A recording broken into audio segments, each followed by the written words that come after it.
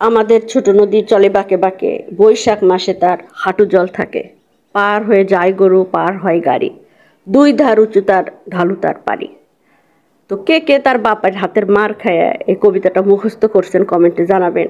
কার কার মা তার মেয়ে বাচ্চাদের কোলে তুলে আলতো হাতে আগেকার আমলের খোলা নারিকেল তেল মাখায় দিতেন আর বলতেন যে চুলের খাবার তেল। তো আজকে আমার মা বাবা নাই, আমি আমার মা বাবাকে অনেকই মিস করি, সবসময়ই তাদের ফিল করি, তাদের আদর স্নেহ শাসন এগুলো ফিল করি। তো যাই হোক, তাদের জন্য আপনারা দোয়া করবেন। তো আমার রেস্টুরেন্টের নাম দেশি ডাইন। তো প্যাকেটিংয়ের কাজ চলতেছে, আমি রান্নাঘর থেকে রান্না করে দেই, আমার ছেলের বউ প্যাকেট করে বা ভিডিও করে। অনেক সময় রাইডাররা আসতে দেরি করে, প্যাকেট করার ভিডিওটা আমি দেখাতেও পারি না, রান্নার ভিডিও তো দেখাতে পারি না।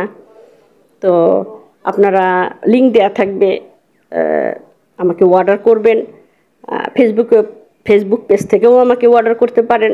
একদিন দুই দিন আগে থেকে অর্ডার করলে আপনাদের পছন্দ মতো মেনু যেটা যেটা লাগে আমাকে অর্ডার করলে আমি 5 জনের 8 জনের 10 জনের আমি দিতে পারবো ইনশাল্লাহ।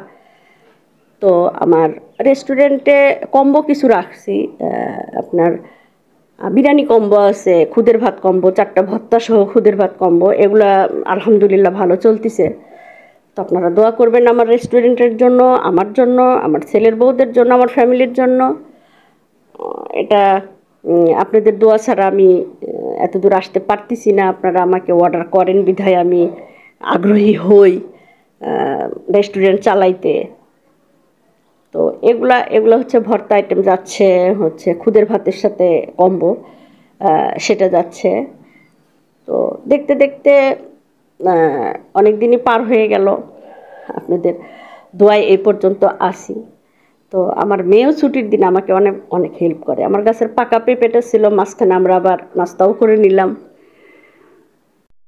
আসসালামু আলাইকুম, টাটা, বাই বাই।